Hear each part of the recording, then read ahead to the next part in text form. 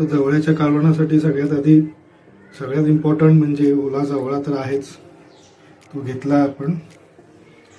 त्यानंतर इथे तुम्ही बघताय 2 वांगी आपण घेतलेत मोठी फोडी करून. त्याच्यानंतर 2 कांदे घेतलेत बारीक चिरून, 2 टोमॅटो आहेत बारीक चिरलेले, 10 ते 12 लसणाच्या पाकळ्या आपल्याला ठेचून घेतलेल्या आहेत, थोडीशी कोथिंबीर आहे बारीक चिरलेली, आणि 3 ते 4 कोकमं घेतली आहेत. आपण 2 मोठे चमचे तेल आता गरम करत ठेवलं आहे.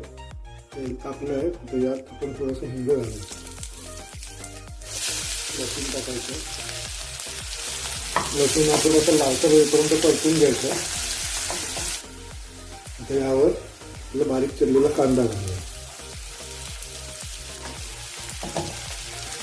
कांदा आपल्याला पूर्णपणे हा नरम करून घ्यायचा आहे. कांदा आपला खुमत आलाय, तर यावर आपण टोमॅटो घालूया.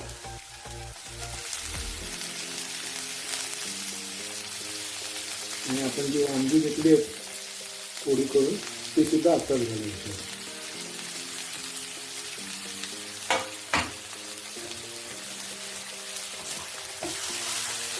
आता आपल्याला ही वांगी थोडी नरम करूनच घ्यायची आहे.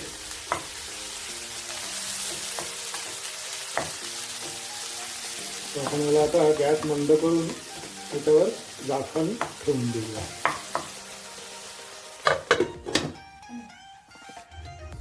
आपण आता हे साधारण 7-8 मिनिटं ठेवलेलं मंद आचेवरती झाकण देऊन. हे बघा आपलं वांग पण आता शिजलंय, पूर्ण नरम झालंय. आता यावर आपण मसाले घालून घ्यायचे. 1 चमचा हळद, 2 चमचे लाल मिरची पावडर आहे, आणि 1 चमचा घरगुती मसाला. थोडंसं तेल घालूया.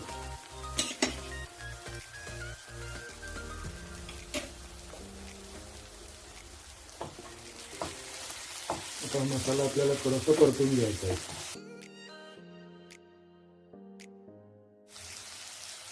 आता आपले मसाले परतून झालेत. आता ह्यात आपण आपला जवळा घालून घेऊया. आणि हा ओला जवळा आहे, फ्रेश आहे एकदम. आणि त्यावरच आपण ही कोकमं घेतली आहेत ती सुद्धा घालून घेऊया. हे सगळं आपण मिक्स करायचं व्यवस्थित.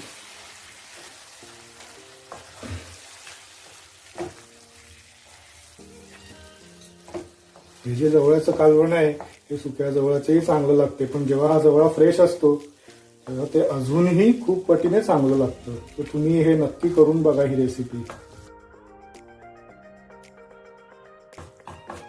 आता आपण याच्यात आपल्या आवश्यकतेनुसार पाणी घालायचं. आपल्याला जसं ग्रेव्ही पाहिजे कालवणाची तसं पाणी घालून घ्यायचं.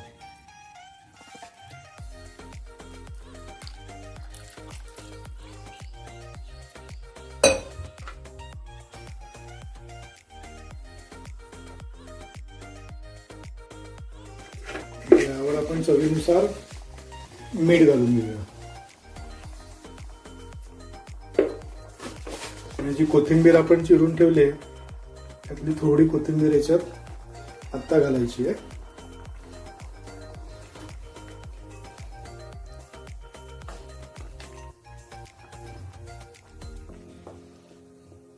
त्याला आपण गॅस फुल करून झाकण देऊन याचा एक उकाळा काढून घ्यायचा आहे. आपल्या कालवणाला मस्त उकाळा आलाय, कलर पण बघा किती छान आलाय त्याला.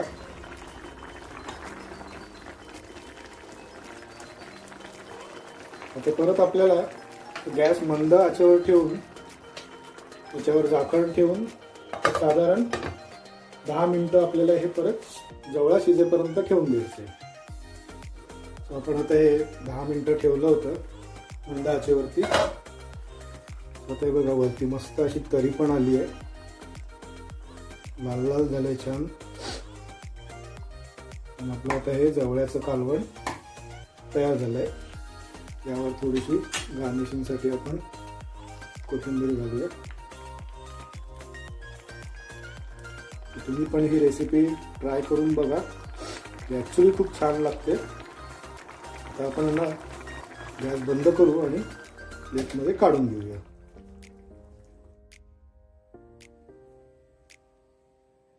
सो तुम्हाला ही रेसिपी कशी वाटली हे आम्हाला कमेंट करून नक्की कळवा.